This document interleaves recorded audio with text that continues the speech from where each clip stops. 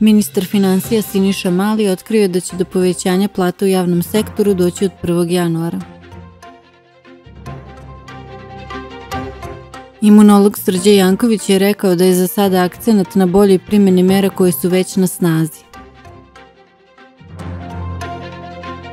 U Mađarskoj u posljednje 24 sata preminulo 47 pacijenata od posljedica koronavirusa.